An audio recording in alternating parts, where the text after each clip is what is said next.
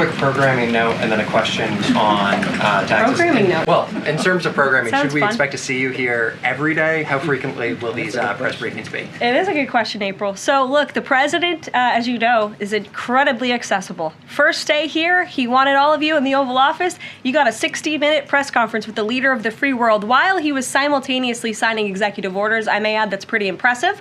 I don't think the previous office holder would be able to pull such a thing off.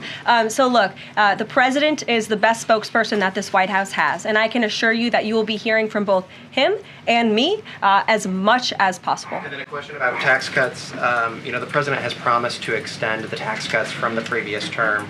I'm curious, does the president support corresponding spending cuts as some Republicans have called for in Congress? And will the new Treasury Secretary be leading those negotiations with the Hill as Mnuchin did during the first administration? The president is committed to both tax cuts and spending cuts, and he has a great team negotiating on his behalf, but there's no better negotiator than Donald Trump, and I'm sure he'll be involved in this reconciliation process as it moves forward.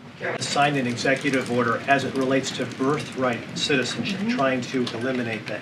Now, 22 state attorney generals have said that this is unconstitutional. A federal judge has just agreed with their argument. What's the administration's argument for doing away with birthright citizenship? The folks that you mentioned have a right to have that legal opinion, but it is in disagreement with the legal opinion of this administration.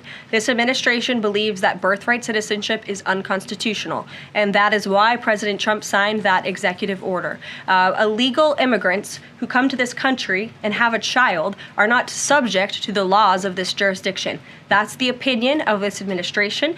We have already appealed the lawsuit that was filed against this administration, and we are prepared to fight this all the way to the Supreme Court if we have to, because President Trump believes that this is a necessary step to secure our nation's borders and protect our homeland. Monica. On foreign policy, Caroline, on foreign policy, if I may, the president's commitment to the NATO defense alliance, is it as strong as the prior administration? Is it the same as when he served as president in his first term in office? As long as NATO pays their fair share, and President Trump has called on NATO allies to increase their defense spending to 5%.